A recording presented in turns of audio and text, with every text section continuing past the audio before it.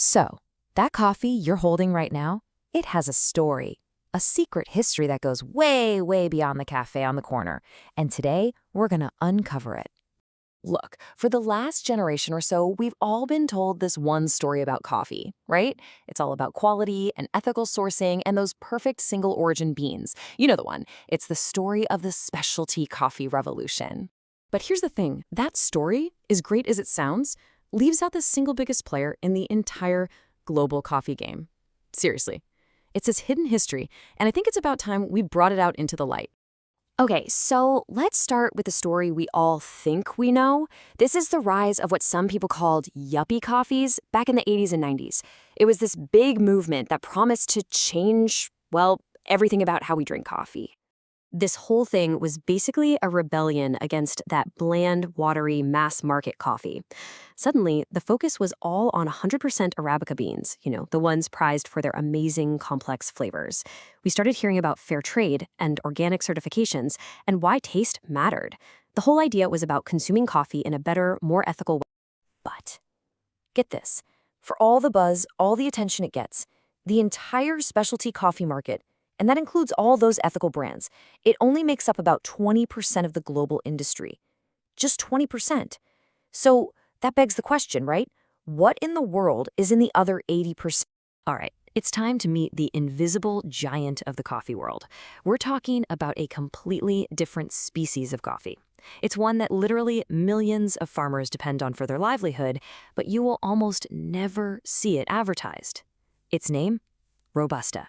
So, what exactly is Robusta?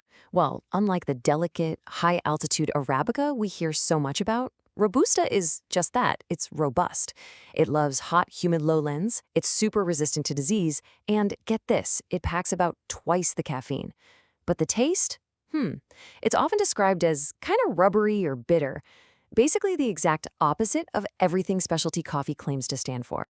And yet, despite that reputation, Robusta makes up a staggering 35% of the global coffee trade. Let that sink in. This one single, often trashed category is bigger than all the specialty and ethical coffees combined. So, how on earth did that happen? Yeah, the rise of Robusta was no accident. Not at all. It's really a story of survival and adaptation.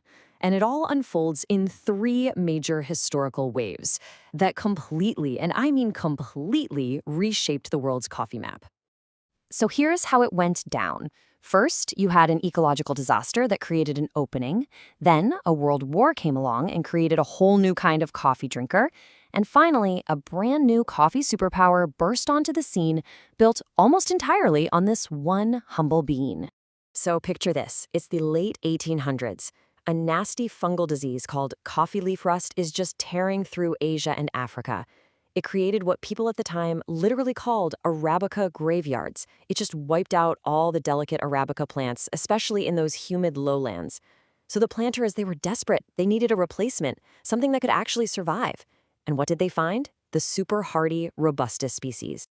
Okay, wave number 2 came right after World War II. You've got Allied soldiers who got totally used to drinking instant coffee from their rations. So what happens? They bring that taste home with them, and the market for instant coffee just explodes.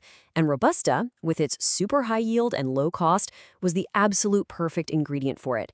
I mean, by 1959, instant coffee made up 30% of all coffee consumed in the US. That's huge. And then came the third wave. The one that really cemented Robusta's place in the world.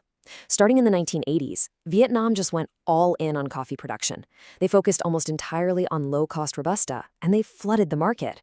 And in a crazy short amount of time, Vietnam became the second largest coffee producer on the planet, right behind Brazil. Just wow. So all of this brings us to this really fascinating paradox, right? How can a coffee that's so, well, looked down upon by the experts be so incredibly dominant in the market? It really all boils down to one simple, powerful conflict: taste versus price. This quote from a specialty coffee insider really says it all. And just so you know, Canephora is just the scientific name for Robusta. What he's saying is that in the world of high-end coffee, nobody is adding Robusta because they think it tastes great. It's a compromise. It's an ingredient you add to save money, not to make the coffee taste better. That prejudice is very real, and it runs deep. And yet, it's literally everywhere. Robusta is the absolute backbone of the entire instant coffee industry.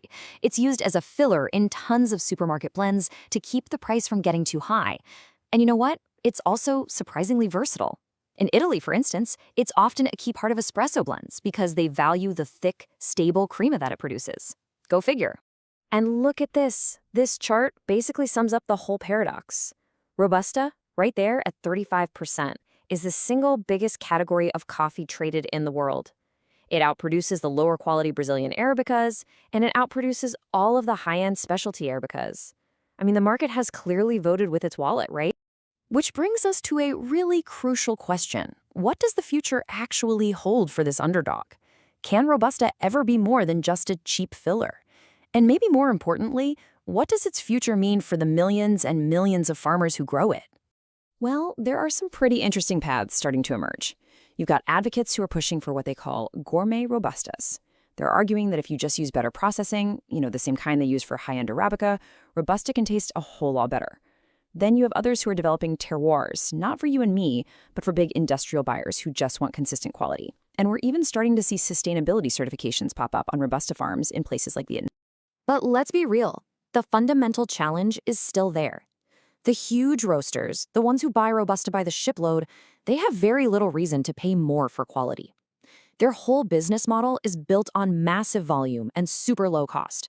So as long as the mass market is all about price, trying to elevate Robusta is going to be a serious uphill battle. So think about this. The next time you go to grab a cup of coffee, doesn't matter if it's a cheap instant blend or some expensive single origin pour-over, just remember that you're making a choice. You're actually casting a vote in this hidden history we've been talking about. So what's it going to be?